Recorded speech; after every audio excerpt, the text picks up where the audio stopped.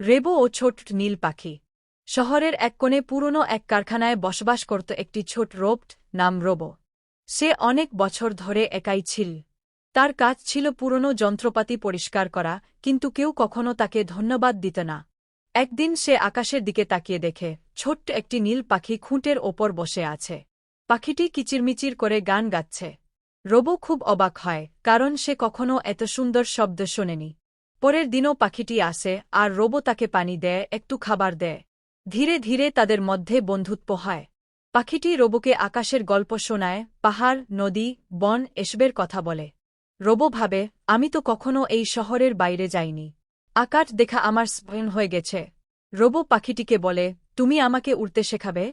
পাখিটি হেসে বলে, তুমি তো রোবট, তোমার ডানা নেই। কিন্তু রোবো হাল ছাড়ে না।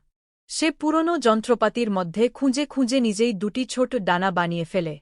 প্রথমবার চেষ্টা করে ধূপ করে মাটিতে পড়ে যায়। কিন্তু পাখিটি তাকে উৎসাহ দেয়। অনেক চেষ্টার পর একদিন রোবো সত্যিই সত্যিই আকাশে উড়তে পারে। সে শহরের ওপরে উঠে দেখে কত সুন্দর এই পৃথিবী। নিতে গাছ, নদী, পাহাড় সবকিছু যেন এক নতুন জগৎ। পাখিটি উড়ে তার পাশে এসে বলে, দেখলে, স্বপ্ন যদি সত্যি করতে চাও তবে চেষ্টা করতে হবে। রোবো আর পাখিটি একসঙ্গে উড়ে যায় নতুন নতুন জায়গায়। তারা বন্ধুত্বের গল্প ছড়িয়ে দেয়। আর শহরের মানুষ অবাক হয়ে দেখে কেমন করে এক নিঃসঙ্গ রোবট আকাশ ছুঁয়ে ফেল। বন্ধুত্ব ও চেষ্টা থাকলে অসম্ভব কিছু নেই।